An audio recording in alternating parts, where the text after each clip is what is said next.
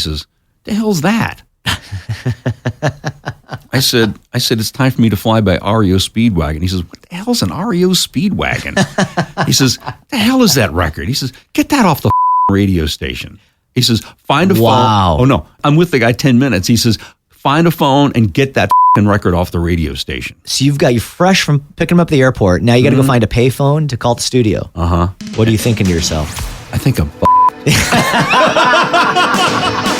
Benstown President Dave Chachi Dennis loves radio and all of his radio friends. Hey, Chachi. Hey, everybody. Because Chachi loves everybody. Oh, we're recording. All right, let me kick this thing off, if you don't mind. Want to welcome Joel Denver, who just is a terrific guy. I'm really excited to have this conversation. But let's start. I actually had someone give me a little bit of feedback on the podcast, and I want to listen to the feedback to make sure this podcast sounds as good as it possibly can. But someone said I need to do a better job, basically, kind of just setting the table. So first and foremost, I'm going to get some business, and then we're gonna chat. Okay, great. Joel Denver, for those of you who don't know, and I can't believe there's many people that don't know, but president, publisher, and co-founder of the All Access Music Group. He founded it in 1995, and it's now the #1 destination for both the radio and music business. It's where I go every day. Actually, sometimes multiple times a day. Oh, thank you. Get everything from news and ratings. Love reading your power interviews, but just a great site. I can't wait to talk more about that. Oh, thank you. We're going to break this up into basically, and I hope you don't mind, but I put your life into 3 different chapters. So chapter 1, we're going to talk about your radio career. Okay. Chapter 2, we're going to go into R&R and your consulting. And then chapter 3, All Access. So yeah, excellent. That sounds good. That sounds like a lot of fun. This should be good. I really appreciate the opportunity to do this. Oh, my Chachi. God. I have a couple of questions for you, though. So you're not getting off with this, just, asking me, putting me on the hot seat. Deal. You can ask away. But let's kick it off. We have your favorite cocktail. What are we drinking? We're drinking some Tito's and tonic with a couple of limes. Dude, salute. Salute to you, sir. There you go. Day drinking and I'm thinking of you. No. We have the icebreaker. By the way, thanks to Kevin, our producer. This ice is really special. Kev actually makes it. It's one big solid cube, and it's completely crystal clear. He's got his own patented way of doing it. I like that. It's over my head. You making money on that? Okay. He's still working here, unfortunately. I see, but, okay. Well, unfortunately for him, fortunately for me. But let's talk so much to cover in your life. And by the way, thank you. It's the very first day, and something I just greatly respect what you do for your entire staff. But thanks. Joel closes down for the vast majority of December, and we're right now, it's Wednesday. Is the 11th today? Yep, it is, yeah. And you've now shut down for the rest of the year. Yeah. And your first day of vacation, you come to see me. I'm sorry to ruin that for you. No, this is good. I mean, listen, I've got some meetings and things. I'm kind of like, I just, I never quite stop. I'm going on vacation. We're going to go to Dominican Republic. Oh, fantastic! I'm absolutely not taking the computer, so I'm gonna really try and step back. I mean, I have the phone, so if I have the junky thing, but I'm definitely gonna try and step back from it all. Where did this whole thing start taking the whole month off? I look up to you for doing it because I think it's such a great morale builder, and all of us work so hard during the year. But that's not being a business owner myself. That's not an inexpensive proposition. No, it isn't. And what it comes down to is the charts. Basically. The last, ad day, we collect, the industry bases everything upon airplay and ads, which are commitments to airplay. And when they stop taking those reports, we go like, oh, okay, we get a break. And this year, and it always works on the calendar. Sometimes it's 2 weeks, sometimes it's 3 weeks. This year it's a 3-weeker. And, because there's no other business to get out there. Nobody else is chasing music at this point.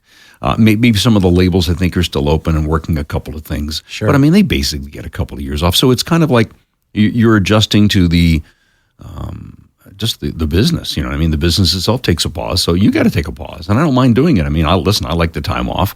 And I know the staff loves the time off. So it's good. They do. We work, as you know, with some of your staff members, Matt and Paul. And right. You're being humble about it. And I'm sure a large part is what you say. But I also know it's a really nice gesture on your part to your employees. And I think that's incredibly admirable. Well, I'm really blessed. I mean, the staff is just terrific. A lot of them have been with me 20 plus years. I mean, we start our 25th year in January. Oh my! Congratulations! Thank you. That's incredible. Yeah. I can't believe it's been. I guess so. 1995. It makes sense. sense. Yeah. So it's. It sort of snuck up on us, and I went, we need a logo.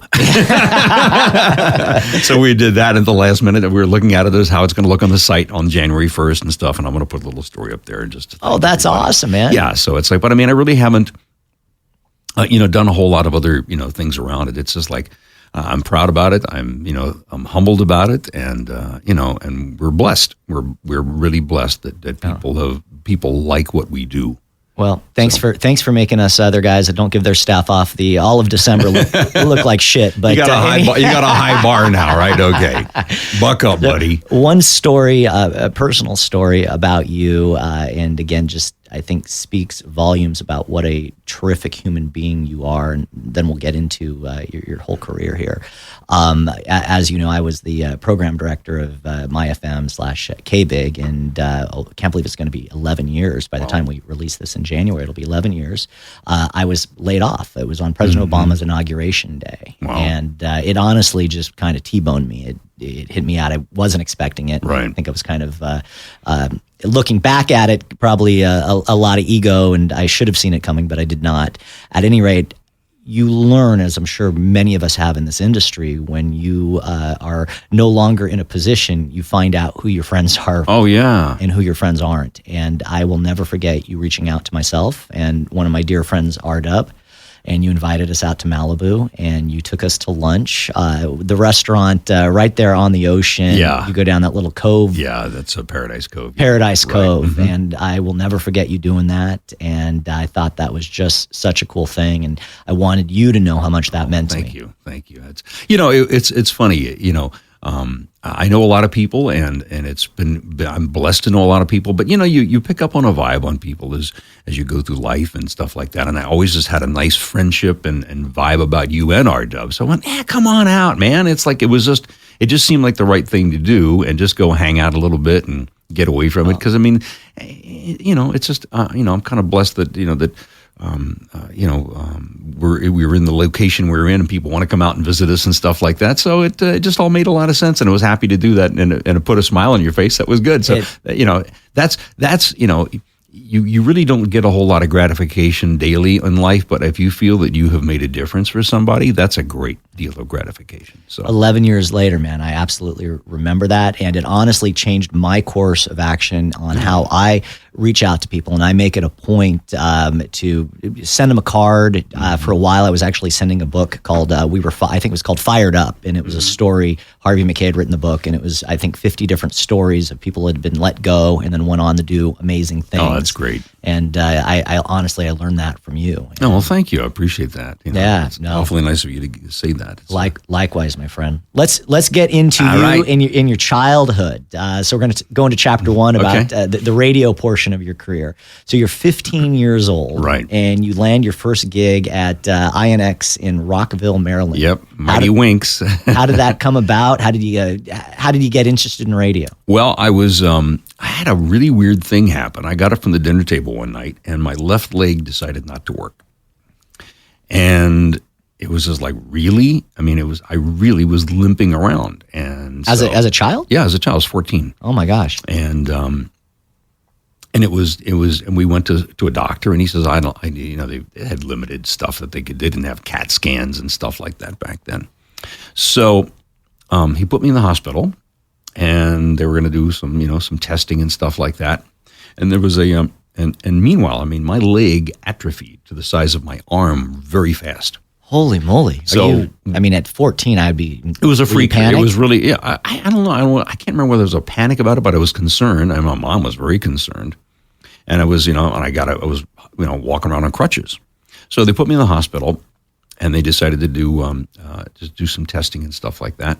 And I remember one night, I was sitting there, and I had no feeling in the leg either. That was the other thing that was interesting. So, and it wasn't just tactile feeling. It was like you could punch on it, and I just was dead. It was almost like a paralysis. It wasn't quite a paralysis, because I could move it some. I couldn't move my toes. I could move the leg slightly, but I didn't have any strength in it. So I'm sitting there, and I remember this very, very vividly.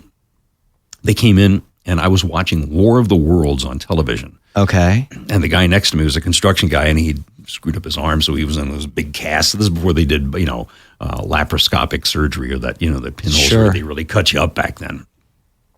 And we were watching War of the Worlds, and this guy says, I'm going to go examine your foot a little bit. I said, okay, fine. So I was watching that up there, and I hadn't felt it, but he had 10 Army square needles punctured into my leg and foot and all this. And he says, you didn't feel any of that, did you? I said, no. And those are big, long needles, and they were square. They weren't thin. They make a little bit of a mark on you, when they punch them in there.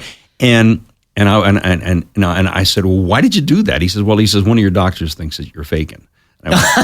He says, yeah. He says, you're not faking. He says that would have made a grown man wince. He says, look at this. He said, and he had one of them jammed into the arch of my foot. Oh my God. So anyway, 2 days later they scheduled me for some surgery, and they'd done a series of X-rays, and they said, we think you have a fatty deposit over here on the left side of your leg. And that's what I did have. I had this large fatty tumor, and it was pressing on that nerve.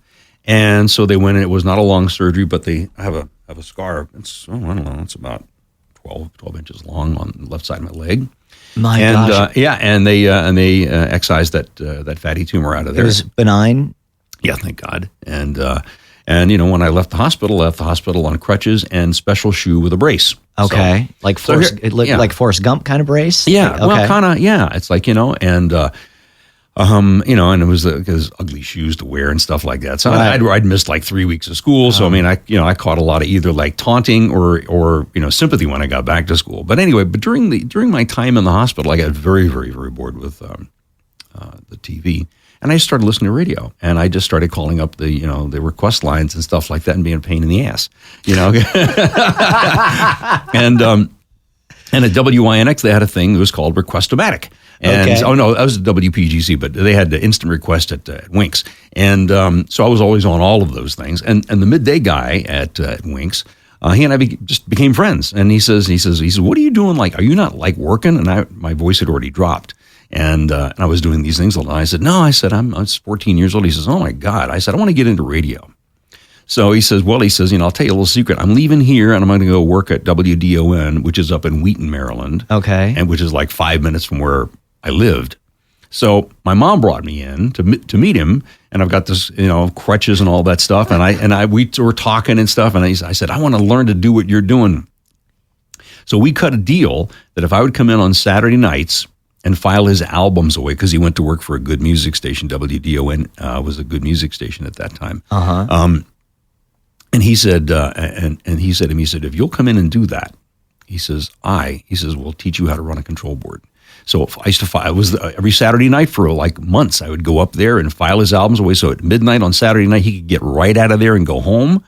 And he taught me how to run a control board and critique my tapes and stuff. And then I was just obnoxious, and I, went to and once that brace came off my leg a couple of weeks later, I just went around to every radio station. And, Jerry Boulding, who worked for us for many, many years and did our urban section at All Access, he was doing middays at WOL in Washington. So I took a bus down there, and, it was like studio like here with in the lobby. And there's a big studio window there. And I was this window licker standing out there, just pressing my nose against the glass. And there's Jerry Boulding. And he finally came on out and says, hey, how you doing? I'm Dr. Jerry Boulding, and all that stuff. I said, hi, man, I'm Joel and blah, blah, blah. And he said, well, come on in. And I sat there with him for a half hour or something like that. And as we've talked about, when he was alive, we used to talk about that years ago. But he took an interest in me. And I knocked on every door in that town. I finally just, knocked on, my favorite little radio station just up the road up in Rockville. And they finally relented and says, all right, we'll let you run the God Squad on Sunday morning. So that was it was the first thing I had to do. I had a 15-minute newscast. So this is back during, this is a teletype. Okay. So, I'd come in, and they ran the all-night show from the transmitter, because you had to have a first-class license, and they would hire somebody, and they had a little ramshackle studio down there, and he would take the meter readings on this AM radio station. Anyway, so I'd get in the morning, and there was just tons of unattended AP wire, stuff, and ripping stuff like that. And so, the first thing I had to do was a 15-minute newscast. That was just... Oh, you were actually doing the newscast. Oh, yeah. And then I had a half hour of jocking, and then I ran I ran board for this guy, Tex Asbury, and your gospel favorites. I spun all these. Oh man! So you're just like a utility player at Winks. Oh yeah, absolutely. And then I had another hour of jocking, and then I got off at noon. And then I did that for a few weeks, and they thought I was making really good progress, so they asked me to come in and do overnights Friday night, Saturday morning. And Barry Richards, who was a legend in our business. Sure. I've known Barry since I've been 15 years old, and I called up Barry, and my name on the air at that time was Rick Price. And I like that, Rick Price. Yeah, that's a great name. Anyway, so I called up Barry on the hotline, and I said, Barry, this is Rick. He says, I know who you are, that little punk part-timer. And I said, I got to go on at midnight tonight. He says, yeah, your first big shift. And I said, yep. And he says, you can watch from the production room because you're going to come here and mess me up. I went, okay. So I didn't care. I wasn't going to argue. I was a window licker again from the production room looking in at Barry Richards, the boss of the hot sauce. He was the biggest DJ in D.C. at the time. So anyway, he kept turning around. Finally, he just waved me in there, and he says, all right, sit down there at the end of the table, but don't say anything. He says, I don't want you fucking me up. I said, fuck. So, no, it's all good. Okay. That's the beautiful thing about a podcast. I know, right? Anyway, so 20 minutes later, he starts talking to me, and we have been friends all of these years. So I've known him since, a long time. So that's a friendship that lasts. Anyway, so it's just, it's just one of those things I learned early on, be precocious, don't be afraid to put out there what you want. I've got to say, Joel, you're the first person to ever say to me that they got into the business because of a fatty tumor. I know, right? It was just, I just got bored with it, and I just thought, wow, what a cool job that would be. Play my favorite music and talk to people, and that's exactly how it worked. Were your parents supportive? My mom was very supportive. Yes, she drove me up there because I didn't have a license at 15. She'd drive me all the time up there to the radio station. And once it was in your blood, there's all over. Yeah, there's something about this industry, I think, that does it to us all. And I can't quite put my finger on it. Well, there's a thing, at the radio station, there's camaraderie. We all talk about the business a lot. There's a lot of things to talk about. There's the music. Oh my gosh, how much fun is that? That's an excellent point. We get to go places and do things that most people don't do.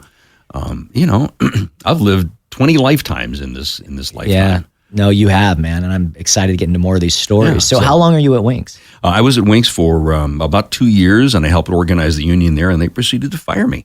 Can you believe that? The audacity. Yeah, they fired me, and I went across the street to a WPGC, and my friend Davy Jones, who was a friend of mine, while I was at Winks, he and I are still friends to this day. Oh, that's awesome. And he got me in there, and I was doing weekends, and I was going to the University of Maryland, and by that point. And my buddy Terry Steele, who was back at Winks, he says, you know how to get out of there. He said, what are you going to learn in college? And he was right. I only did a semester in college, and I said, screw it. I'm out of here. And that was it? That was it. And so I graduated college. I graduated high school, did one semester at University of Maryland, and I went down to Norfolk, Virginia, and that was where my full-time career started. And so you go to school. Your parents upset about you dropping out of school? Your mom? And mom was like, whatever you want to do. She really had you. Do you have any siblings? Nope, just me. Gene Pool stops here. How did you feel when you were let go? From Winks? Yeah. I was devastated. I was just devastated. I was bummed. I cried my ass off. I was really bummed. But, immediately the opportunity was there to go to PGC, so that sort of made me feel better pretty quickly. Landed on your feet quickly. Yeah. And so at this point, you're excited about, because you're doing a little bit of everything. You're doing news, you're on air. It sounds like doing some production. Yeah. Did any one thing speak to you more than something else? I just love being on the air. I really enjoyed it. I loved it. I lived it.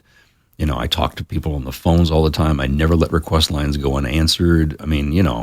I did a lot of appearances. I did, when I went to Norfolk, Virginia, that was the first thing that I was really made a lot of public appearances at, because we had these bar gigs, because it was a Navy town.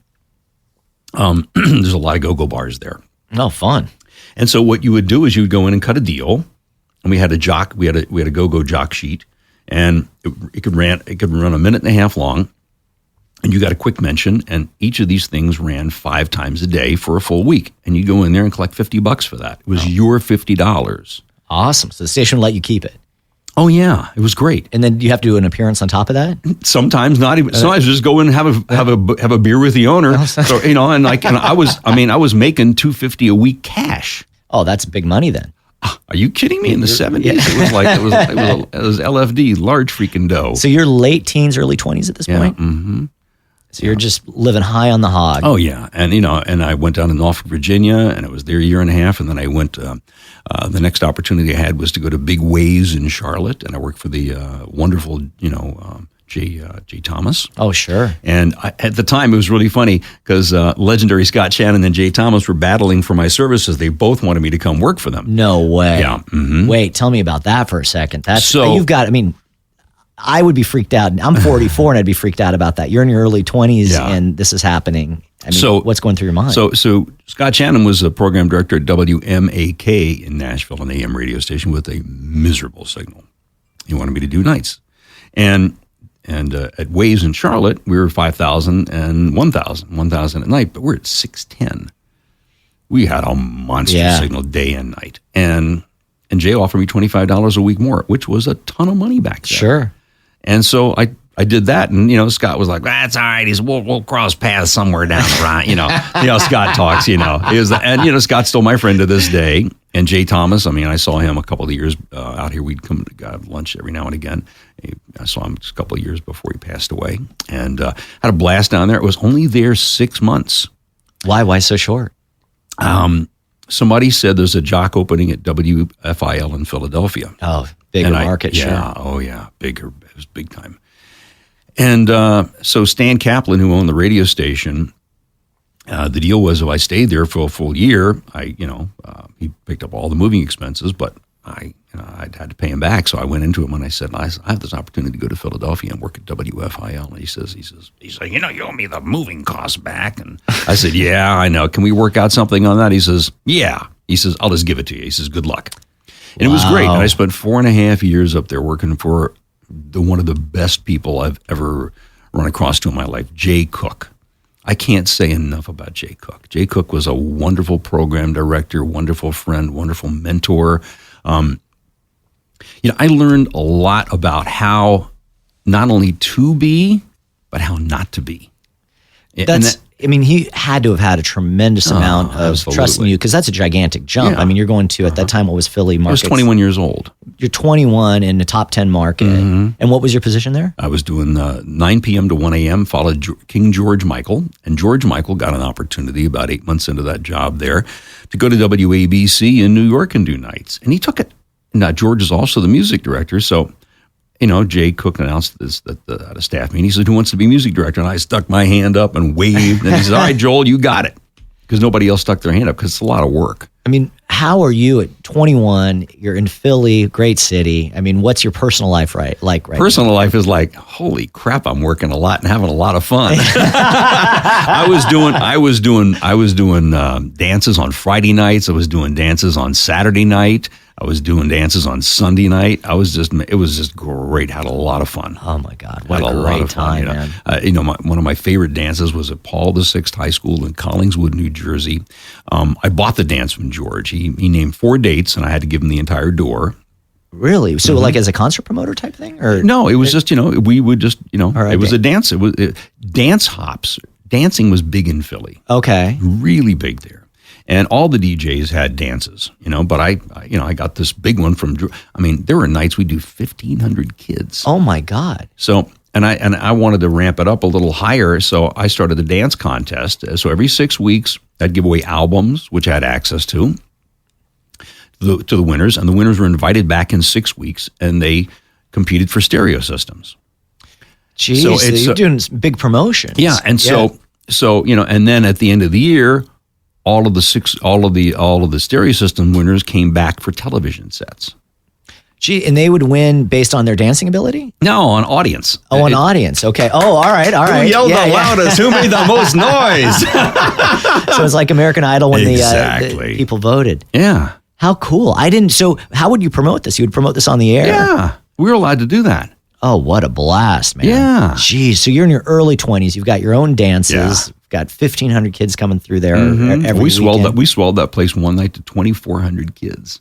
Jeez. Right. That's crazy. It was nuts. It was what and then would you DJ the event? Yeah. Well, I had a spinner. Okay.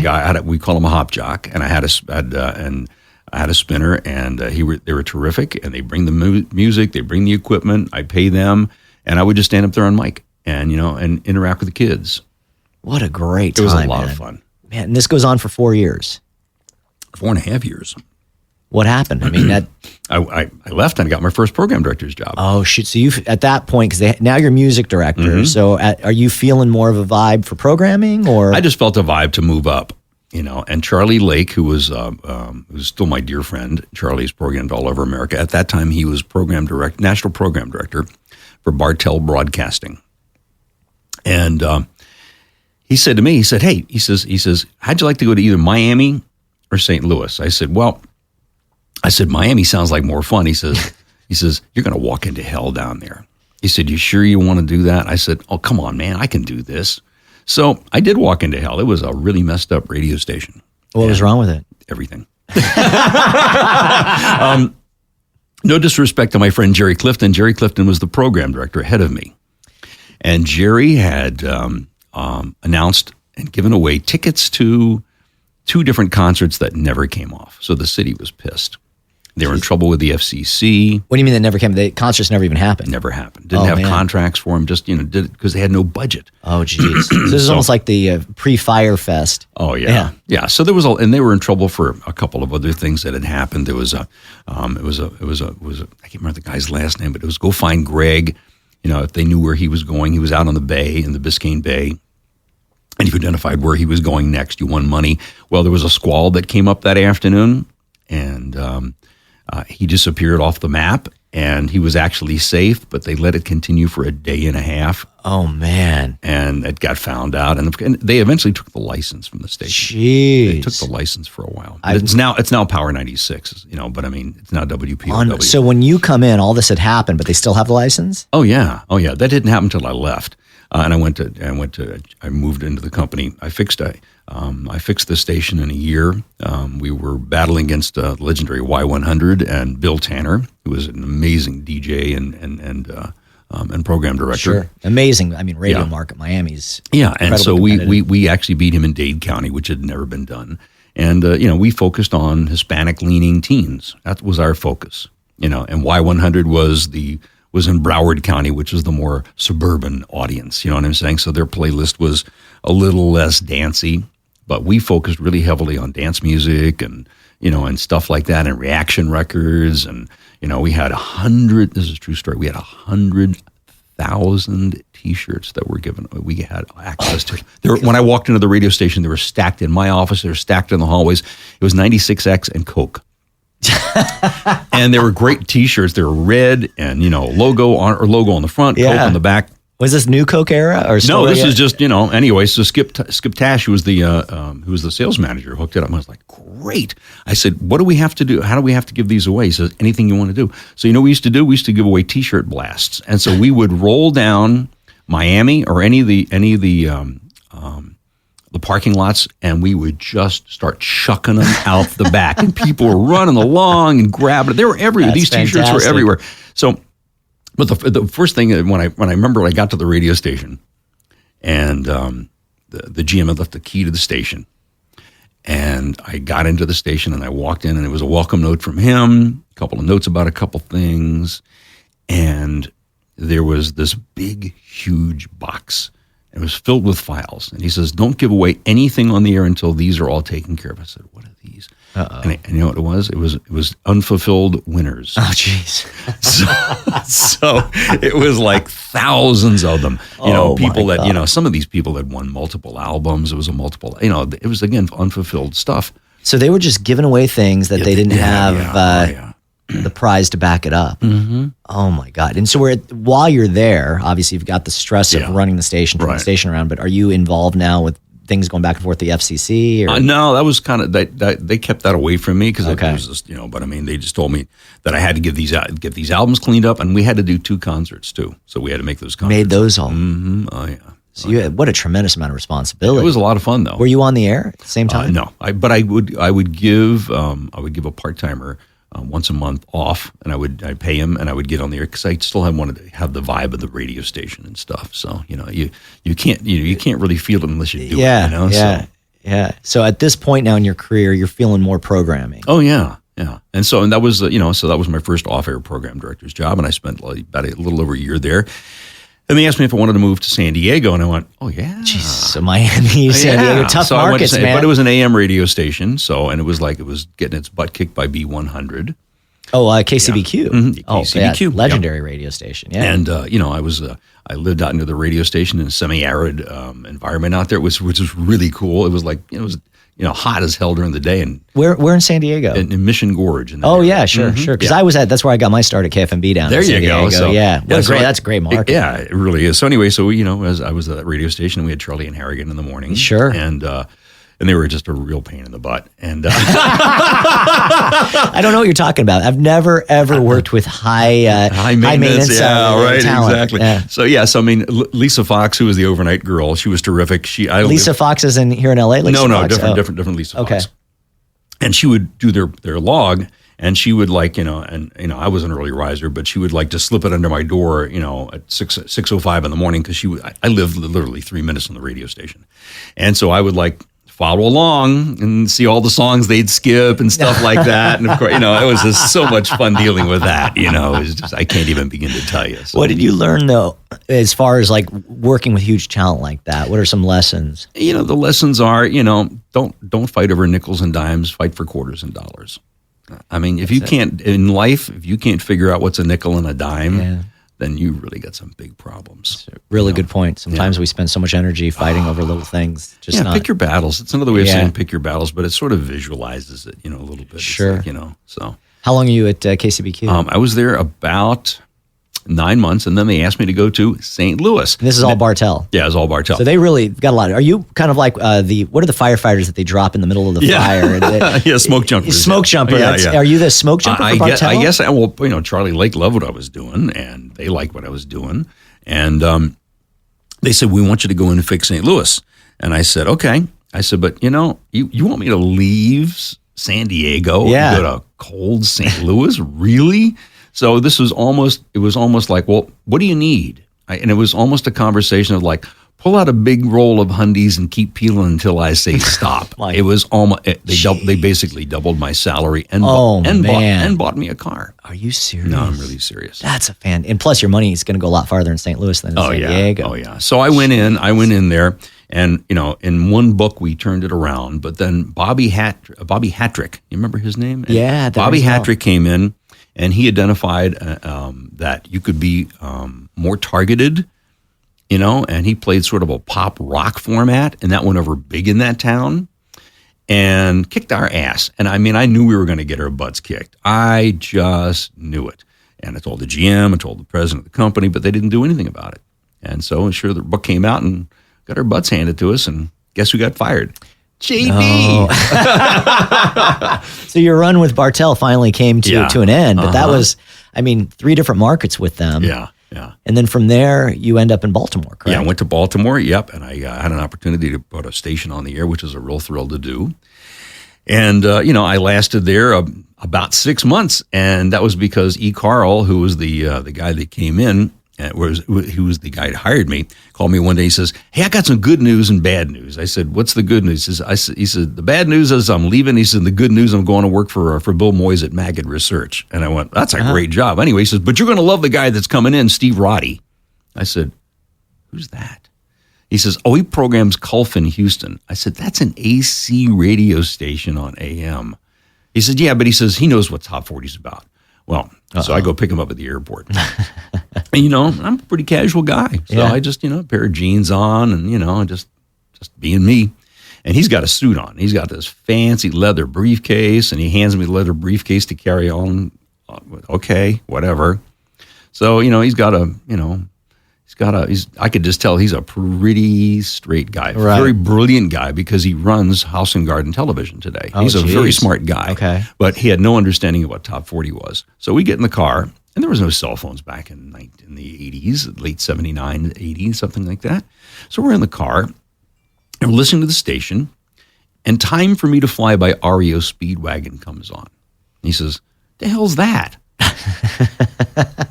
I said, it's time for me to fly by REO Speedwagon. He says, what the hell's an REO Speedwagon? He says, the hell is that record? He says, get that off the fucking radio station. He says, find a phone. Oh, no, this is the first, I'm with the guy 10 minutes. He says, find a phone and get that fucking record off the radio station. So you're fresh from picking him up at the airport. Now you got to go find a payphone to call the studio. Uh-huh. What are you thinking to yourself? I think I'm fucked. So I did it.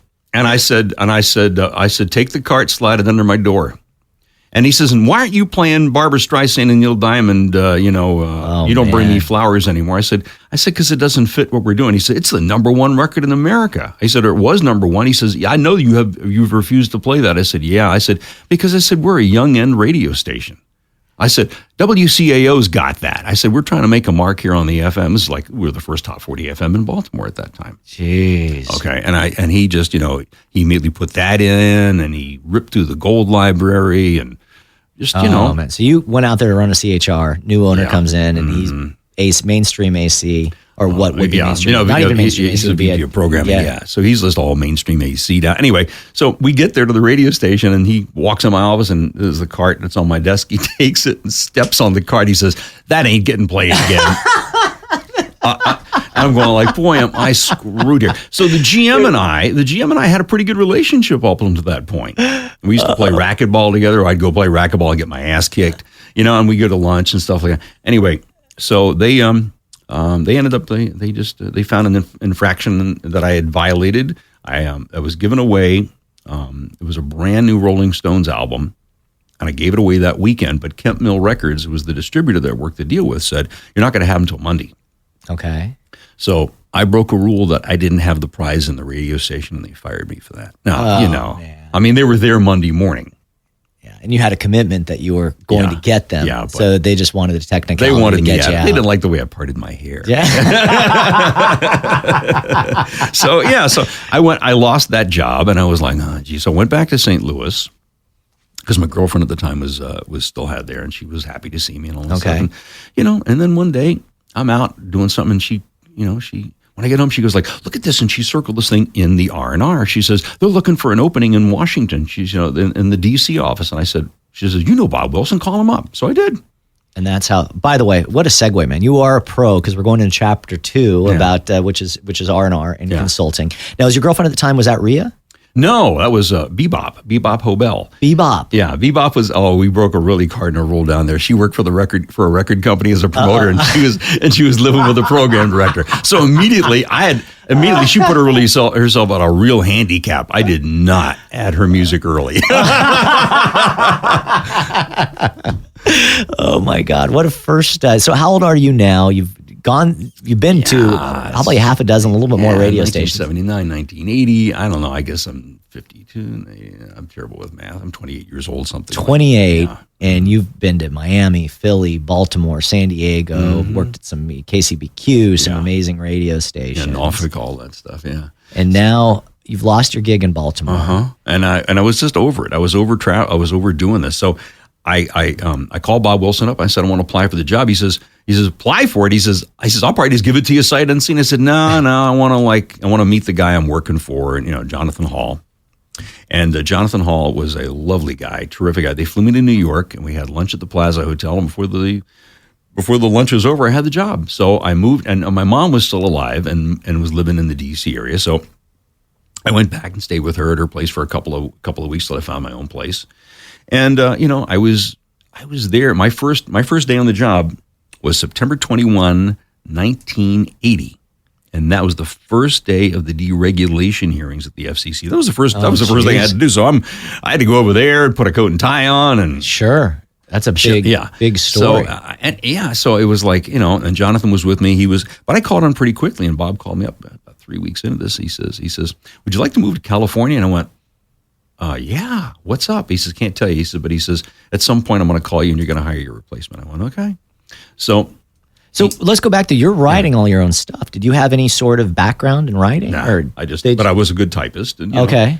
And they taught me style and, And all of a sudden you get, and that's a major story, deregulation. So you're fresh from radio. I mean, it's a pretty big, obviously it's within the industry still, but it's still a pretty big jump. You're now a journalist. No, but it's just, but Jonathan was there to help guide me and stuff. He was terrific, a great mentor.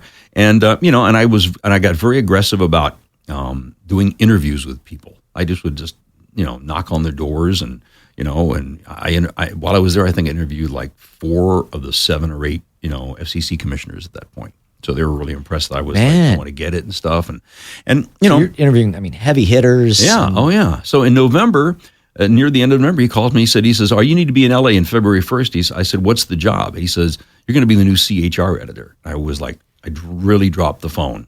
And John Leader, who was doing that, and I were terrific friends for years and years and years. We used to conference call about music and stuff when I was in Philly. I used to put these conference calls together with the program directors, and we'd share information, music directors and stuff. And he was on the call. So anyway, so he said, "You can't say a word," blah, blah. I said, "Okay." So I shut my mouth. Right. And I got in the car and I said, "Can I write a column on the way out?" And he says, "Yeah." So I did a cross-country stop, and I stopped in Roanoke, and I stopped in Memphis, and I stopped in Mobile, and I stopped all these different places, dotted myself across the country, and interviewed program directors. Oh, what a blast. Yeah, I had a what blast doing that. Time. Yeah, so that was my first column, I recapped that trip. And then, so it was just, and John was there, and he was an amazing, guy that showed me all the ropes there, and he was trying to back out because John Leader was an amazing voiceover artist, as you know. John Alfinito. Yeah. Oh, sure. Yeah. Sorry. Yes, absolutely. Yeah. So, he was segueing into that in his career. And, so he taught me, and I had 14 terrific years there. That's amazing. So, sounds like a perfect gig for you. You like CHR and Top 40 and so forth. But what was that shift like? You liked being on the air, you liked programming. What was it like all of a sudden working for a publication? It was a lot of fun. It was just a lot of fun. We got to, I got to go out. I like meeting artists. I like going to shows. Some people think it's a pain in the ass. I like it. I still do it a lot. And what's the difference? I know there's obviously big fundamental differences. We're still in the same business, but what is the kind of day-to-day difference being a writer and editor? Well, it's you've always got your service hat on. If you're a program director, you're in service to your staff. You're in service to your community. That's what radio is. And I was just in service to a different community. I was in service to all the program directors that would call me, want interviews, publish my pictures. Can you make me some ink? I lost my job. You got to know where any openings are. I like doing that stuff. You are a phenomenal people person. I don't know if there's anyone better than you. Thank you. You're great with introductions. You're great with teeing things up. You're, as I mentioned at the beginning, phenomenal at reaching out to people when times they're going through a rough time. So I think I think you work hard at it, but I also think you're born that way to a degree. I like it. It's like, if you can do something for somebody, what better day is there than that? That's so admirable. I don't think most people honestly think that way, and I love that you do. Yeah. So let's talk. I just want a little bit more on the R&R front, and then we'll jump in obviously to All Access. Mm-hmm. But what were the interview you were most proud of at R&R? Oh gosh, I just interviewed so many people over the years. It's Randy Michaels was one of my favorite interviews. He was so riding high at that point, and he was the king of the world, so I'd interviewed him, and I interviewed Howard Stern. Oh, man, what was that like? That was just as you expect, just as wacky as could be, and I talked to probably every major program director at some point during Joel Salkowitz, and Scott Shannon was my friend, and when I would go to New York to do business, Scott would be great. He would let me do an hour on his. No way. Are you serious? No. And so Elvis Duran was, it was a full Saturday afternoon for an hour, and Elvis Duran was my board op or Kid Kelly.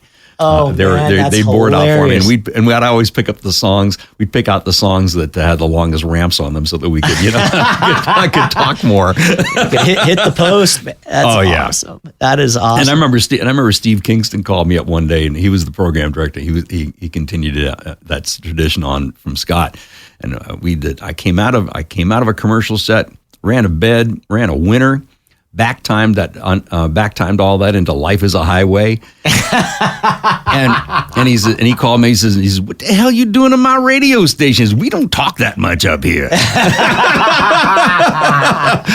I said, I guess you can either like find me or, not have me back again. But, you have some of those air checks? No, I don't think. I got lost in the fire. So, I want to get there in a second. In the next chapter. I will tell you I'll tell you a funny Scott Shannon story. Please. Scott Shannon is, a remarkable human being. I mean, I can't tell you how impressed I am with him as a person and a talent. I remember one day I was up there and I happened to be up there. It was Randy Kabrick was in the music meeting and Steve Kingston was in the music meeting. And we're listening to music and this and that and the other. And he said, let me hear that record that Jerry Blair's up all our asses about. so he puts this thing in, on the CD player and he listened to it. He says, Kathy, get Jerry Blair on the phone. Your impression, by the way, is so spot on. It's awesome. So he gets in. Hi, Scott. He said, "What do you think of like that Harry and the Hubcaps record?" He says, hey, Jerry. He says, "Can you send me another copy? I need a copy with a hook in it." And hangs up the phone. I mean, some raw wit there from him, but a lot of fun stuff. This is so geeky, isn't it? Oh, but I love it. Your role now, people you get to meet, I can take this in for days, for hours. I absolutely am fascinated by it, and I have so much respect for Scott. I've met him once, and we've spoken on the phone once. Just a great guy. When he was very complimentary of some imaging we'd done. This was back when he was still at PLJ, and we'd just gotten our deal with Cumulus. And I've got to tell you, in regards to compliments, probably goes down as the top 5 that I've ever received in my life. Just to have someone like Scott, who I know is a big imaging guy as well. Actually, he loves it. He loves all of it. He loves all of it, and I love all of it too. It's a phenomenal story, man. I love that. I appreciate you sharing. Let's talk a little bit more R&R, and then we're gonna get All Access. Yeah. So at this point, you're obviously interviewing big artists, big programmers. I was doing Future Hits. I was Future Hits was the show that we. That's came right. Up. And Solid Gold, correct? Yeah. You were consulting. I was consulting Solid Gold, and I was also doing when Lew Irwin left Earth News. They asked me to come and host it. So I had 2 syndicated shows. Oh man, so that probably fulfilled some of your desire to be on air. Oh, absolutely. Yeah. It was a lot of fun. As I'd get in there on Wednesday mornings at 6 a.m. and the next guy in the studio was Kerri Kasem. And we were really we could do we would do the show live time. It wasn't this like record tracks and shit. I like to talk up the music, so they gave me ear candy, and we would lay it down live time. And if we screwed up, we just we'd do a splice and splice the music and redo it. So we were rarely more than an hour and 10 minutes to do a 1 hour show. In and out. Except one day we were really late. Kerri Kasem, he says, I've got somewhere to go. I've got places to be, people to see. and so anyway, so I happened to have a brand new pair of boots that day. And and Casey, God bless his soul, wonderful guy. He was really jumping up and down, and we were late. We were really, he was jumping up and down. So he was like, and he says, where did you get those boots? He says, some cow died for you to wear those. He was a real big PETA person, I said, wait a minute. So I ran outside to his Mercedes, his Rolls Royce that he was driving. I said, are you sitting on Naugahyde out there? I thought he was going to swallow his tongue. Because that was leather in his car, And I have don't hate on me for doing. I love Kerri Kasem. He was a wonderful human being. As do I. Actually, we used to run his countdown here when I was at K-Big, and this was back in the day when it was still coming on CD, if I recall. Yeah. And one of the board ops made the mistake, and how you'd have several hours. So CD 1 was hour 1, CD 2 was hour 2, and the board op I think made the mistake of loading up the wrong. It basically. We were counting down, and so we went, 40 to 30, and then all of a sudden, you were at the top 10, right? Yeah. And Casey had the warm line number, and he called and just tore into this poor board op, and I'll never forget the board op calling me, just completely petrified over it. Yeah. But that being said, what Casey has done for our industry. Oh my gosh, he was unbelievable. Unbelievable. And I've got a tremendous amount of respect for his daughter, Kerri, who's... Oh yeah, she's a great human being. She has done so much for so many people out there. She really has. And it's easy, I think, when you have the celeb of her and her stature, you can get behind anything.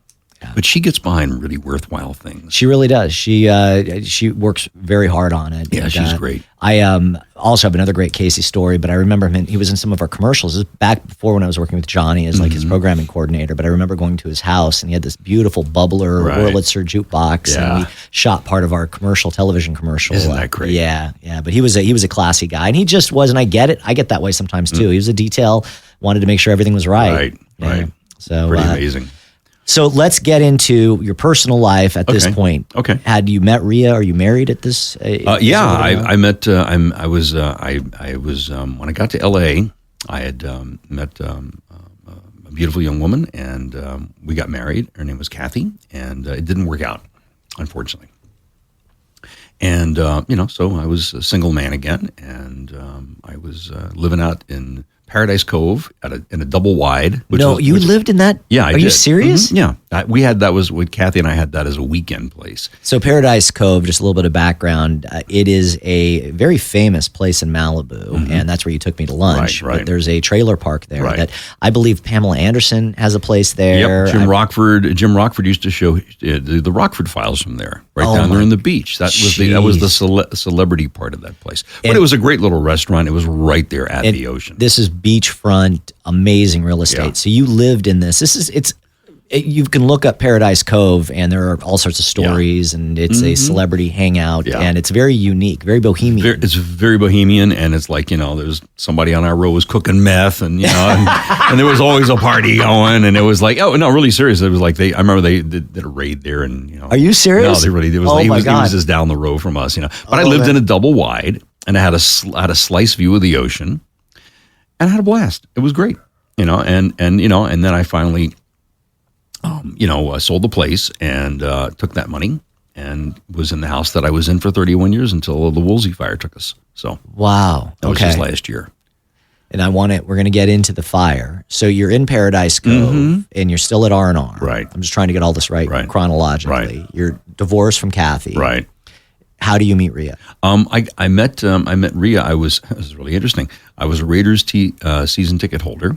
Okay. And I was at Paradise Cove, and Paul Atkinson was living there, and Paul was the brother to Michael, who was our VP of sales at R&R. So naturally, we were close. We were 2 doors down from each other. So I had tickets to the Raiders, and I said, let's go to the Raiders. I said, and then we'll go to our friend David's house, who was having a party that night. And so we coming back from the Raiders, and we're both starving. Just starving. I mean, we'd already eaten a bunch at the game, but we were just still starving again, So I said, let's go stop at the it wasn't Casa Escobar at the time. I'm trying to remember the name of it, but it was a Mexican restaurant. Okay. And they had a band, and so I walk in, and who's playing but my friend Michael Pritchard, and his wife is Kerri Pritchard. Wow. And she's standing next to Ria, and so that's how I met Ria. And, and it was like, and we met and had lunch and just hung out, and that was it, and we were married for quite a long time. We were together 28 years, married 26. Incredible, man. Yeah. And so you're still R&R. Yeah, right. And then how do you end up leaving R&R to start All Access? It was just time. Bob Wilson was the returning GM. Actually, he was the owner, and God bless Erica Farber. She was the general manager, and Erica Farber was absolutely awesome to me. It was a period of time up there where I went from being the smartest guy in the room to the stupidest guy in the room. Everything I said in any meeting was like, that can't be. Okay. So yeah, one of my favorite things was Bob got really angry at me in a meeting one time. He says, "How come you don't know the answer to that?" I said, "Because I don't." I said, I can make up one for you right now. I said, or I can, after the meeting, I'll get you the information you want. And of course, everybody in the meeting was looking down, going like, And Cindy Maxwell, who has just joined us, and she was in that meeting, she came to me and she says, "Do you like pissing the fan every day?" I said, "No," but I said, I don't appreciate or suffer stupidity. I said, anyway, so we, So you were just kind of starting to feel it was time to go. It was time to go. And Erica was wonderful. She really was just great. And I had a computer since 1981, so I was very familiar. Man, geez. Yeah, so I was very familiar with the AOL instant message boards and all that stuff, and the music meeting rooms and stuff. So we were trying to develop our own record detection system, our own version of BDS, and it was failing miserably. And I had brought BDS to Bob, and I said, Bob, we should just, get this. And he was like, it's not perfect. And he said, we'll build our own. And I was like, okay. Anyway, so I remember at a meeting, we had a big crowd, and I was doing a demo, and it all locked up. And I caught so much hell because it was like, it had to be operator error, and it wasn't. But, it just locked up. It was a terrible demo. It was incredibly embarrassing. In the middle of the presentation. Yeah. So I just knew it was time to go, and I had heard they were going to hire Tony Novia. Okay. And Erica and I had a meeting, and I said, I hear you're bringing in Tony Novia. And she was like, I said, I know. It's okay. Man. And we had a good parting. Had a really good party. And we're still friends to this day. I mean, because she comes to our events and all that stuff. And she was very gracious. And I just had this idea about where the internet was going. And the internet was not even on anybody's radar at that point. No, man. I mean, geez, 95. I mean, what is this, 94 when you're leaving? I left just before Thanksgiving, 1994. So, 94, it's still AOL, early days of exactly. AOL. Oh, very early days, yeah. If you got an email, it was like, I got an email today. Today, it's like, oh my God, I can't believe how many emails I've got. It's the ugly gift that keeps on giving. So this isn't that the truth? So you're early on to computers. In 81, what was that, like a Tandy or...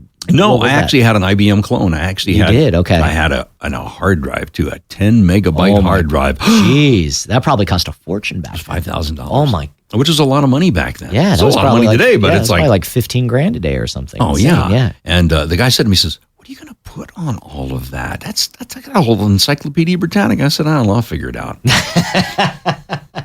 That's amazing. Yeah. So now, are you freaked out in November 2000 or 94? No, because I'd already had this plan. I mean,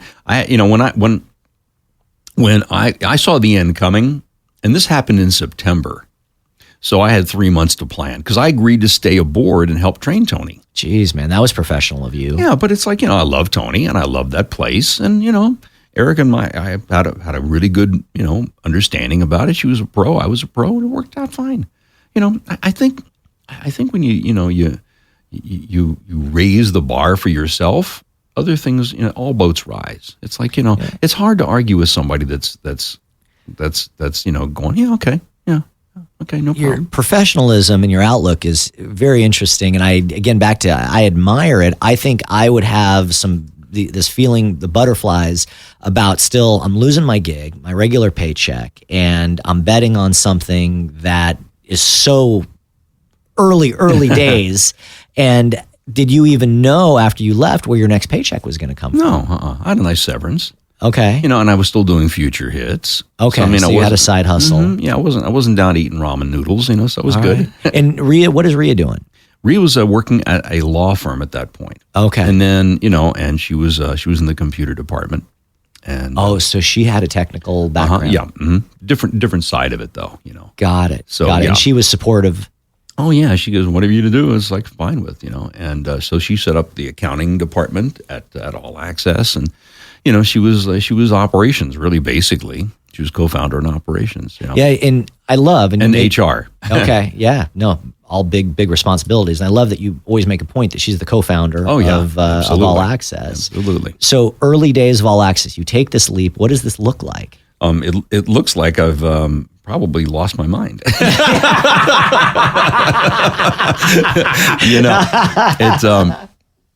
I remember the guys over at Hits Magazine, wrote when I left, how the mighty have fallen, and it was. Are you serious? Oh no, it was really funny. It was man. And I don't have a problem with that. And Jerry Cagle, who was over at Network 40, he took a couple of shots at me and stuff like that. And it's like, I just didn't care. I knew. When we signed the site on, first couple of days of October of 1995, and we went into business in January of 1995. I started calling radio stations about music and promoting music, and because it was a good way to get cash in the door. And I had my first meeting about the site in June of 95. Okay, who's there right now? It's you. It's Ria. It's just the two of you? It's the two of us and Kandy Klutch. Do you remember Kandy Klutch? Kandy Klutch, yeah, she's a great lady. She's a terrific personality, and she was calling radio with me and helping me, and stuff like that. What's your sale to Kandy? Like, come work with us. Oh, yeah, she was out of a job. She didn't care. Come to California. He's like, so... it was an easy sell. So, and then she knew computers too. So this had to have been, I'm sure, a tremendous investment to build a site at that time. It's not cheap today, but even then, back then, it was. It was nowhere. I mean, it was 9 pages big. It was nothing. Okay, but it just took forever because things didn't move as fast. And if you made an art change, you'd have to make the change. It would take 20 seconds to save. Sure, and it would take another 20 seconds to render. Got it. It was slow. So we started working on the project in June, and by September, we had it, and I acquired the all-access domain, and we launched it, and it was up. And, it just got around. I was talking to people on the phone about it, but, when people like Jeff Capucci and Cubby Bryant and people like that found us the first week and were, calling me going oh, I can't believe this. This is great. I went, oh, I got something here. So you knew right away that I really did know something right away. That's so cool. What's that feeling like? That was yeah. It was great. It was a lot of fun. It was okay, I hadn't lost my mind. So you and Kandy are calling radio. Ria's helping run operations and back end. Right. Mm-hmm. And who's your first client? First client. All right. Well, I can't remember on the record side who Bill Fordresher, who was in. He was very early. Bob Catania was in very early. In fact, I'll give Bob Catania, who's still my dear friend to this day. When I went to New York, this is when he was at Island? Yeah, he was at Island. No, he was at Geffen at that point. Okay, and he was the first guy to give me a weekly advertising contract. Amazing. So, yeah. How did that go down? It was great. We just met at a place for breakfast, and he says, "So I wanted to have you here." He says, "Because I really like what you're doing with the site," and he says, "And I'd like to be up on that site every week." And I went, okay. Holy moly. So I walked out of there with we knew we had something. And then I back then, nobody had a computer on their desk in 95, 96. My first trip to New York was I had an IBM ThinkPad 1. Right. And it was still dial-up. Jeez. And so, everybody had a PBX system in their office. And so where did I do my demos? At fax machines, because it was the only place that was a real dial tone. Sure. So I remember doing the demo for Greg Thompson. He was running Elektra Records at the time. Okay. And he's like, we're talking about how slow the thing renders, and he says, God, the content's great. And so he kept going. He says, Jesus, can't that thing? He says, it just takes forever to see. I said, yeah. I said, you got a slow line here. So we were at 5,600 baud back then. Man. We're talking about gigaspeed. Yeah, now. right. Right. It took some 5G, patience. It really did. It really did take some patience. I remember when you upgraded to 14.4, that was a huge deal. Yeah, that was double. Yeah. It was a double, so anyway, so finally people were lining up to use the fax machine. And so he says, look, he says, can you unplug that? He says, I'll give you a contract. He says, but these people need this fax machine. I went, sure. So I walked out of there with 2 yearly deals. Amazing. And then Mark Gorlick was running MCA, Sure. and he gave me a yearly deal, and we were off to the races. Amazing, man. And so are you profitable year one? No. Okay. We lost about 30 grand first year. But that's amazing. It wasn't terrible. Yeah, not terrible at all. Mm-mm. You have any investors, or you bootstrapped it? Bootstrapped it. Still bootstrapping it today. That's amazing. As a kid, obviously you had a sense of adventure at such a young age to, I think, go knock on a radio station and call into stations. It takes a lot of guts to move around the country like you did. Your mom, she raised you with a lot of confidence? Had to. My father died when I was 10. Oh, man, I didn't know that. Yeah, and my mom got sick. And, so I was knocking around in the house by myself pretty much, for a while she was in the hospital. So I was coming and going and doing, and social services was not aware of it, so I just left unattended. My Aunt Tilly, she took care of me a little bit. You had to grow up really fast. Yeah, I did. You had a lot of responsibility, I'm sure, that your mom put on you. Mm-hmm. What did your dad pass away of? I was 10. 1963. Jeez, man. I'm sorry. What was that, to lose your father at such a young age? It was pretty bad. It was really, he and I were good buds, and he was a really wonderful guy. And, he was, I wish I'd known him longer. Think he'd be proud of you today? I hope so. Yeah. I'm sure, man. I mean, to have the success that you've had and the reputation that you have. So you're all access. Things are taking off. It's the late '90s now, and is the growth really starting to become substantial? It was substantial by the second year. I mean, we exponentially, we were adding, Sean Alexander, who was at R&R, and he got purged out of there, and I said, come on over here, let's do alternative. So that was the first format expansion we did beyond Top 40, and then it was just so that's how that happens. You just kind of added formats. We've actually did the same thing on the library side. I remember we started with 4 and then a 5th and a 6th. Exactly. And so forth. And we just grew it as there was support for it. Now, did Ria leave her job at the law firm? She eventually did, yeah. And so now you two are running this thing full time. Yep. And it just continues. I mean, every year, have you had any years that you were freaked out as far as? Oh, we've had some years where we're like, oh, geez, it's like, when the business has a hiccup, we have a hiccup. Sure. So the recession, 2008. Oh yeah, that was bad. And it's like, we're really dependent upon the number of releases that come out. And this year, it was like it was either the NFBs, I call them no freaking brainers, or it was nothing. I mean, and there are a lot of labels that slowed their releases down because they just didn't find a slot. They couldn't find, for a new band. I mean, they shelved a lot of stuff this year. Interesting. Yeah. How does that side of the business, I honestly don't have a lot of knowledge on. So does it work similar to the film business in that they're looking for kind of the right space? I mean, every radio station has a number of slots. Sure. And it depends on their format and their competitive environment and what they feel that their audience. I mean, some audiences are slower than others. New York, LA, Chicago, Miami, very active audiences. Places like big markets like Charlotte, North Carolina. My friend John Reynolds, who runs the Beasley cluster down there, he says, nice people, slow. They're just slow to, as a community, latch on to newer things. Okay. So he exposes stuff slower down there. Got it. And right now, because of PPM, which is the ratings currency, it doesn't reward being early. Yeah, because of the way the technology is. So it's harder for the record companies off at the break. Yeah, so it's the business has changed a lot. It really has. And then there's also, it seems to be a lot of compression between hot AC, CHR.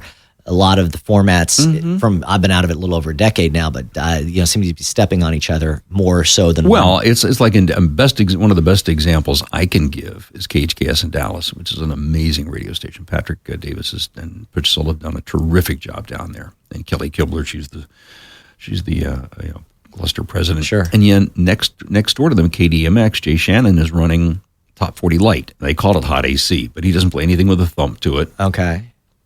And they have a formula as to when they decide to cross a record from pop to Hot AC or from Hot AC. And it's not a hard and fast formula, but I mean, they've got it figured out. They flank each other is basically what they do. It's what we used to do with K-Big and Coast and Kiss at the time. Right, exactly. Yeah. Which I think to some degree makes a lot of sense for a cluster environment and from a business standpoint, but I don't know if the listener gets the best experience because of that. They come, listen, even more than ever today with streaming. What do people come to radio for today? They come to radio first and foremost. It's local. It's got something going on. You can hear what's going on in the marketplace. You can hear the commercials. You get a sense of the vibe. You may even have an affinity for the on-air person. Mm-hmm. And it's the best curated list of music, period.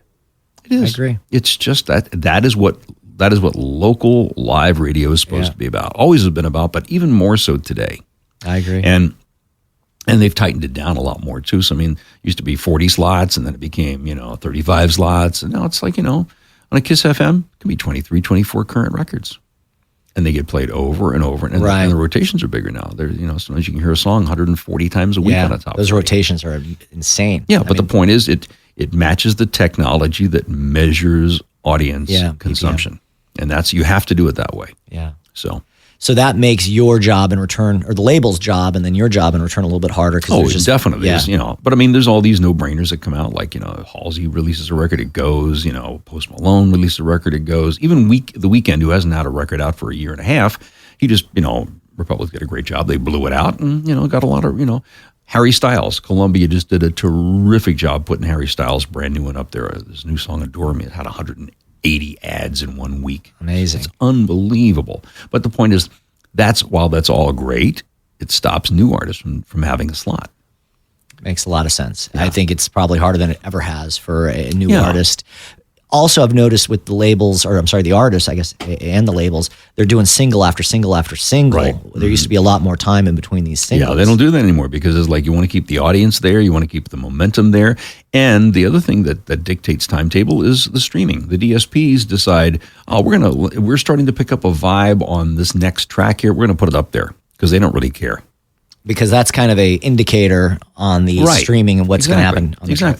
And it's like, I think that, while it's more competitive than it's ever been because of the streaming and consumption numbers, and if you know what your audience wants, you can fish through the stuff that doesn't fit, and you can see the new stuff that makes some sense. And, and it's just tough. So today they not only measure success of music by call-out research, which is really a look 3 weeks backwards. I've not been a fan of call-out for years. Shazam, which is like, and all Shazams are not created equal. Sometimes it's just to find out, what the hell is that? I'm not listening to that again. Sure. You don't know. And Apple, since buying Shazam, has reduced the amount of public granularity they give you on data now. So you can't, it's become a lot less. So you look at it as a gross number versus a granular number now. See. Used to be able to get a lot of zip code breakouts. Yeah. You can't do that now. So do you think all this data that we now have and analytics that are at our fingertips that we could probably not even dream of 20, 25 years ago when you first start All Access, do you think that's actually a better thing for the industry? Or it's like it's still, every song's got 20 million streams and every song's got 20 million views. And what does that mean? I mean, what's the index it goes up against? You know what I'm saying? Is like, what's the retention on those? I mean, do we know at what point during the song they decide to leave the song? Is there a pattern to that? I mean, there's all kinds of things that, I could sit there and talk about and babble about here that, but there's data, and I'm not a numbers guy. I don't like numbers that much. I mean, it's just very, it's like, look at a spreadsheet, makes my eyes go crazy, but I do it. But the point is, it's interpreting data. And that's what it comes down to. And you have to look at your market. You have to understand what your audience expects to hear on your radio station. And the thing that drives that should be, at a pop station, pop culture. And whether you like the song or don't like the song doesn't really matter. If you're really programming it to your audience, you put that stuff on. And sometimes it will change the complexion of your radio station. And then there's a lot of people that have this mental boundary. No, we're not playing that because it's too something. It's a case of the twos. It's too fast. It's too slow. It's too rappy. It's too country. It's too soft. It's too hard. You hear all that all day long. Sure. And at the end of the day, none of that really matters. What matters? Does the audience like that record? Does the audience like that song? That's what matters. It's a tremendous amount of insight right there. I think there's only a handful of people that have had the experience that you've had programming on air, and then to now be on the other side of it. And I know people have crossed over from radio to records, but to have the extensive experience that you've had to program in major markets, to run now the world's biggest radio and music news site, I only know you, and it's kind of cool to have that perspective, because I think sometimes myself being a programmer and not having the experience that you've had on obviously the R&R and All Access side, you start to kind of look through this lens, and I think people get fearful of making mistakes, and you get afraid to add a record because, God forbid, it's what it is, and some of it is just dictated by corporate culture. I mean, you're afraid to add something because you're afraid it's going, why did you put that on? Yeah. They keep scores. And if your ratings have a wobble, they can point to that. No, look at those 5 stiffs you played. Geez, what were you thinking? Guess you weren't thinking. It's like, and there's all that out there, a whole gut. Want to get a few more personal questions, if you don't mind. Sure. And I appreciate you being open with me. And if any of these are over the line, just tell me to shut up. But I know Ria was a huge part of your life. Right. Fill me in. I'm so sorry that you lost her so young. How did that impact you both, professionally and personally? Oh, it was like watching a slow moving freight train and being tied to the tracks and watch that light get bigger until it just hit you. She was type 1 diabetic, and I knew that, we had a conversation when we first met. She goes like, I'm probably going to die before you. She said, we hang out. And I was she says, are you in? I said, I'm in. And she She was right. People that have type 1 diabetes, it's a terrible disease. You look okay on the outside, and inside it's chewing you up. It just screws with your kidneys. It screws with your circulatory system. And you have neuropathy, pain in your feet, pain in your hands sometimes, nerve pain. And, it hit everything with her. I mean, name a symptom, name a byproduct problem with it, and she had it. And I just watched her over the last decade just fall apart. Oh, man, I am so sorry. How do you go on to operate the business as you're going through this? And you have a great staff. I mean, I love my staff. They're terrific people, and they're just wonderful friends and colleagues and stuff. And, I had a lot of times where I was out, for a couple of days at a stretch taking care of her. She was in the hospital. She had a quadruple bypass.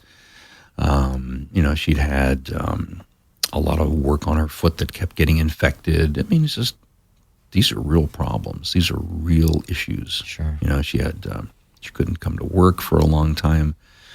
So she, worked at home because she had in-care nursing, couldn't walk on her foot. She had a port in her, to take the antibiotics. So it was quite a bit, but, I was primary care, and, I embraced it, and, I feel good about everything that happened. Her family was terrific and very supportive as well, too, and very close friends were, and, we just sort of watched it happen. Do you think losing your father at a young age helped you understand death or have a... Oh, yeah. Well, my mom took her own life, too. Oh, man. Yeah, she did that right after Ria and I got married in 1989. Yeah. I had no idea, Joel. She was chronically depressed, and, she made 3 attempts at it, and, third time was what she wanted. My God, man. Your life is just... You've been through these extreme... I've not come close to living the life that you have had, and to be as positive as you are, to go through your father and your mother. How old? You said right after you had married Ria? Yeah, she was just in her 70s, and she was very healthy otherwise. She just wasn't happy. And the thing I learned, and I took some therapy after that, because it was like, geez, what, because we had her living with us for a while, and she tried an attempt at the house. It was pretty messy. And, and I went for some therapy, because it was like, what could I have done? And the thing I took away from that therapy was that you can't make someone want to live. You just can't. You can put a Band-Aid on it. You can give them therapy. You can give them, comfort. You can give them, tough love. There's all kinds of things you can do. But at the end of the day, people make that choice. And while I was unhappy, I'm still not happy that it happened. I've forgiven her for it. I'm not angry at her. It's just something she chose to do. You are so incredibly balanced. How do you think it's in you innately to get up with the positivity that you have? Oh, I think it is. Yeah, I'm basically a positive person. It puts people off sometimes. They go like, how can you're not real? You're kind of like, no, this is me. But I think you have a choice every day to get up and see how you see the world and see what you're going to make of it that day. And I really am firmly convinced that if you get out of bed and don't dread it that you're tired and just shake all that stupid stuff off. Just stop. Stop babying yourself. Get out there and do it, and put the best version of yourself you can forward. And I really believe that pays off. And you don't do it for the payoff. You do it because it just works. It's like, do you want to be a miserable person, or do you want to be a happy person? It's a no-brainer choice to me. Awesome advice, man. Yeah. My mother has Parkinson's, and I'd read a few years back the Michael J. Fox book, and he has in there a great quote that optimism is a force multiplier. Yeah, it really is. I mean, if you go into a meeting, you can have the best product in the world. You go in there cocky and full of yourself. Are you going to make a sale, or are you going to make a sale going in like, let me show you how this could benefit you? Yeah. And understand that, your impressions and your opinions matter least. It's what the other person thinks that matters most. So you're recently engaged. Yes. You've known Kim. You met Kim where? Who I've met now a couple times, and phenomenal lady. We were introduced through an actual introduction service, not an online thing, but an actual thing where they, do a long interview and they do a background check and all that stuff. And we had one date and just didn't stop. That's awesome, man. No, she's a fantastic lady. Yeah, she is. So happy. And obviously, you've gotten, after losing your father at such a young age, your mother, Ria, in probably the fire wasn't as big of a deal as it would. Not that it's not a huge deal, but it's it's really interesting. We were when we got evacuated out of Malibu, we drove to Kim's parents' house down in Huntington Beach. And I got down there and I realized, geez, the only thing I have is with me is a couple of clothes and, that's it. And so we were in Kohl's when we found out. I got a text from a neighbor. They said that their house didn't make it. And that was just, I immediately just, I just said, I went to work and I called my business people and I said, we lost the house. Let's get the insurance going. And we were the first ones in at that insurance company to get going. So, and we're still today, going through the red tape of, submitting new plans and, insurance. The insurance company's been great about it, but they're just, they have to check boxes and, Sure. And this has been over a year now. Oh, yeah, over a year. So we're hoping to get framing going. We're hoping to get approved very soon for our plans and hopefully get the new foundation laid in. And then once the new foundation laid in, the structural engineer comes in and looks and goes like, okay, we're going to put steel here, here, and here. Then we order the steel, and the steel's mounted. And then finally after that, they start putting woods up, putting wood in. Right. So sticks, so they call it. So let's put some sticks up. Man, your outlook, the story that you've had, quick little background though. I know you lost everything, your air checks that you just mentioned earlier, but I think you had told me, or someone had told me, that you had gotten your first gold record and someone replaced it. You lost it in the fire. No, it's, Kim, she was living with those things downstairs in the, in the entertainment part of the house. And she got together with some of my friends and, and found out, which they all remembered them too from being over there a whole lot. And she went and got 10 replacements for me. Amazing. Wow. It was an amazing gift, so, they're all stored so that when we move back into the new house, I can put them up, What's the one thing from the fire that you've learned about yourself, I guess, or just in general? Well, the first thing I'll give everybody is take a video of the house. Just walk around with your iPhone, your Android, and just take a video. Stop at everything. I lost, tons of CDs and 5,000-6,000 albums and some, amazing photos that I always go, I'll digitize them one day. Yeah, I'll do that one day. Do it. Wow. And also too, I also learned, don't save a great bottle of wine either. Just drink it. Because it's like, what are you saving it for? A fire? So. Oh man. Well, I am sorry you had to go through that, but listen, again, it's all it's all you can do is just get up and swing the bat every day. That's all. I'm looking at my notes, and the one thing I forgot to, and I should have mentioned this earlier, how did the Worldwide Radio Summit come to be? And let me, before you go in there, what an amazing event, man. That has become just a flagship event for us. We appreciate your support so greatly. I believe we met with Paul the other day to do a walkthrough. Well, two things, and I'll let you get into the story at the Castaway, but it's going to be our 9th Iron Imager this year, which is crazy to me, but been a phenomenal success, and you guys have been such a huge part of that. Thank you. Number two, I owe you an apology, and I want to put it on the record because I was anti you moving to the Castaway, but it actually turned out to be absolutely amazing, and we just did our walkthrough the other day with Paul, and we're excited to be a sponsor again next year. So how did it come about? Sat called me up one day, Sat Bisla. It was his idea, his name, and he says, we're looking for a partner on this. He says, what do you think? And we talked for about an hour, and it was done. It was just that, and we've collaborated on all that stuff. And, and he does the production. And then this year, he took a step back, and he no longer wanted to partner with us because it was just a lot of work. He has a smaller staff, and I respect that. And he's been absolutely terrific and, giving us some guidelines on and some wisdom and knowledge, some stuff that I didn't know from doing this. And we hired a fabulous lady, Jacqueline Lennon, who used to produce the R&R events, the R&R convention. So she's got, that's what she does for a living. Amazing. And so she stepped right in and up to the bat, and we're 3 months out. And we're excited. We're doing the golf tournament again this year. Oh, good. I was going to ask you about that. Yeah, we are doing a golf tournament. We haven't announced it yet, but we've sort of mentioned it, in our marketing. But Great. Yeah, Beata is from Kiss FM as our chairperson. Oh, which terrific. is exciting. Yeah. So we're doing that, and that event's taken on a life of its own. Thanks. And we have Bob Pittman speaking this year. I saw that. That's exciting. Yeah. And last year we had Tom Pullman, and it's like we're just trying to answer the call out there. We've changed the agenda quite a bit. We have a lot of new sessions this year. We have 2 music sessions this year talking about some of the stuff that you and I are talking about here today about streaming versus domestic radio and how there's a difference between the consumption charts and the rotation charts, and why is this, and what.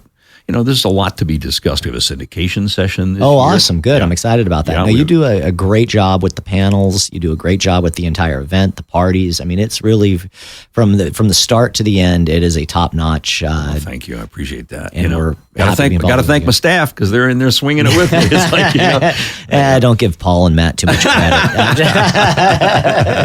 That's funny.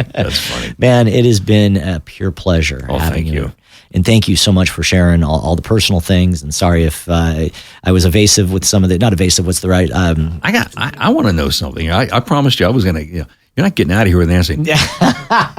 Chachi, where did that come from? I mean, if you don't know, this guy's name is Dave Dennis, but he's got this nickname Chachi. Where did Chachi come from? So I'm down in San Diego, and my first job was at KFMB, and it was Star 100.7 at the time. Right. And of course, I'm sure you remember Michael Steele. Sure, yeah. And Michael is who gave me my very first break in radio. I delivered a pizza to the radio station, and just met him, got very fascinated, much like you did with radio. I was going to school at the time. And so we became friends, and I was having some parties. And so I'd invite him, to a couple of those, and we became friends. And eventually he hired me to answer phones. And as I just kind of moved up, I became his sidekick. And Tracy Johnson and Michael gave me that name. That's a great name because it stands out. It was in the mid 90s. This is actually, you had just started All Access. I started in 96, and the station was a hot AC. So they were appealing to women in their 30s at that point, which grew up watching Happy Days. That's funny. And that's where the name came from. But just a little bit about this guy right here doing this interview. He has built a terrific company. Benstown has so much respect and so much love out there. Great clients, great product. You guys are just a first-class operation. I don't say that just because you're here, but you really have built, an iconic brand in our business. So everybody talks about Benstown, and there's a lot of other great companies out there, but you have carved your own niche in a very busy sector. Thank you, man. You guys do terrific production and imaging and voiceovers and all kinds of stuff. So it means a ton coming from you, and I think much like you, and I know we were joking about Matt and Paul earlier, but it so much of it comes down to the team that you have around you. Yeah. And I've been very blessed to have guys like Kevin here that's our producer, employee number 4. Wow. Yeah, I mean, so been with us from almost the very beginning, but great partners, great clients, people that, you said Bob believed in you very early on, and Gorby believed in you very early on, and I remember, Pat Bond and Gary Wall coming in and asking us to work with them on the Jack format, and that being kind of like, oh my God, this is become real. I know, isn't that great? Isn't that great? Yeah, but you've got you've been here, you've been in business 11 years now, and it's like, wow, that's really big. That's really big, my friend. Well, thank you. Congratulations to you too. May we make it to 25. Yeah, man, absolutely. You will. Not a worry about that. Thanks so much, bud. All right, my really man. appreciate it. Thank you for your time today. Thanks for the opportunity to do this. Anytime, man.